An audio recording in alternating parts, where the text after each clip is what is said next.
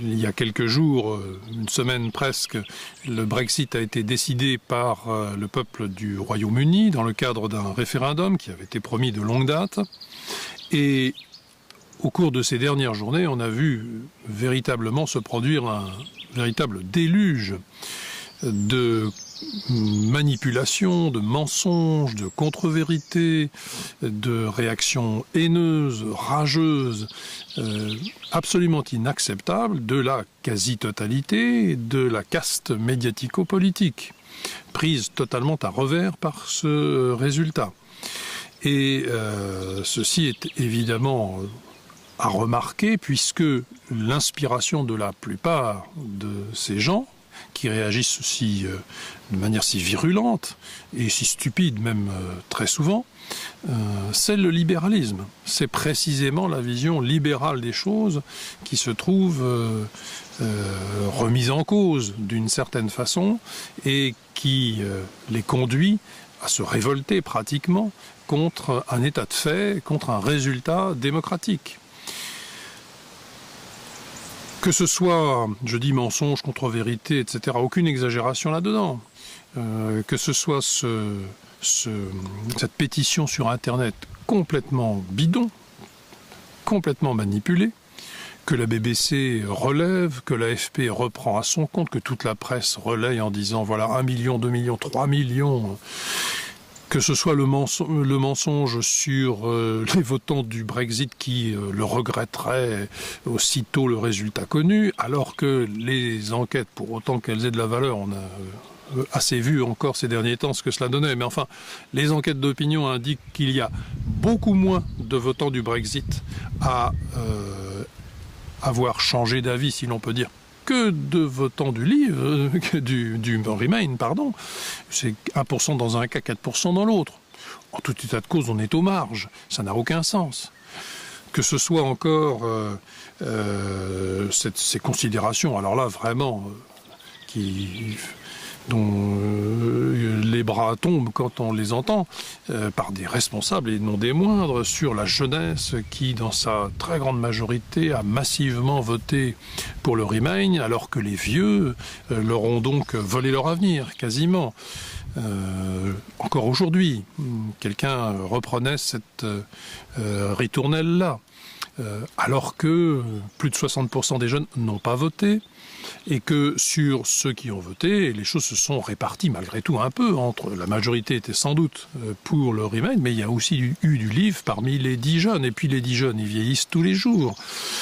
S'ils ignorent le passé et n'en tiennent aucun compte, parce qu'on a aussi fait en sorte qu'ils l'ignorent, ce passé, et qu'ils soient bien formatés, un passé, ils s'en construisent un tous les jours, et au fur et à mesure du temps, dans 20 ans, contrairement à ce que disait cet abruti aujourd'hui, ils commenceront d'être tout à fait vieux, ils auront au moins leur propre passé qui leur servira de référence et de base de réflexion, et rien ne dit qu'ils penseront comme on veut dire qu'ils pensent aujourd'hui, ce qui, encore une fois, n'est pas non plus tout à fait juste. Bref, manipulation, contre-vérité, mensonge éhonté, réaction haineuse, rageuse, disais-je.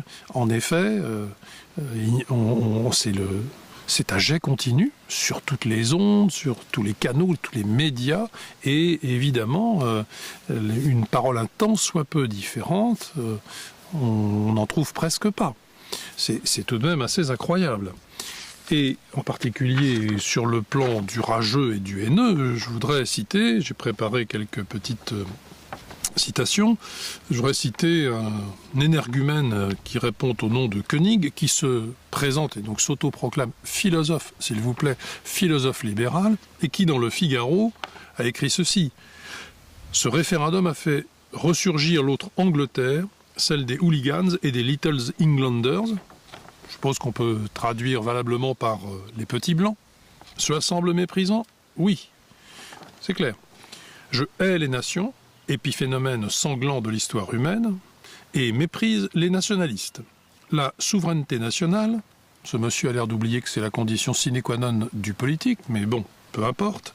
La souveraineté nationale, c'est un os à ronger lorsqu'on a perdu la seule souveraineté qui compte, celle de soi-même.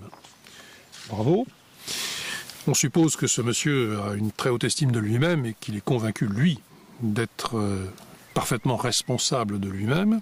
D'ailleurs, on voit qu'il sait parfaitement bien se maîtriser et que lui mérite ce monde merveilleux, de la liberté libre, de la circulation générale sans contrainte, qui lui permet d'aller d'avion en avion, de prestation en prestation, pour profiter de tout cela, tandis que la majorité des gens, en un mot la plèbe, les mécréants, les manants, en sont évidemment incapables et qu'il est tout à fait inacceptable, donc pour lui très visiblement, que les dits manants, la dite plèbe, se mêlent de questions essentielles et viennent contrarier le monde comme il veut qu'il aille.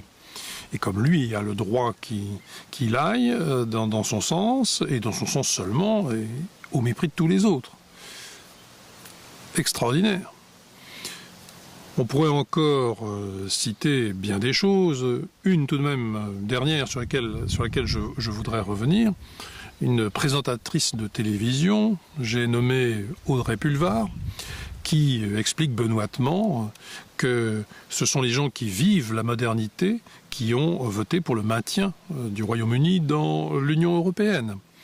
Sous-entendu, ce sont les attardés, les ploucs, qui ont voulu retrouver leur Angleterre et leur royaume uni contre les gens qui savent, les gens de qualité, les gens qui sont dans le mouvement, qui sont l'avenir, qui le construisent tous les jours, qui sont le sel de la terre, auquel elle pense bien évidemment appartenir, oubliant le caractère trivial de son métier, dont elle ne respecte pas, cela dit, ne serait-ce que cela, la déontologie la plus élémentaire, se prenant sans doute pour une intellectuelle et pour quelqu'un de tout à fait important et brillant.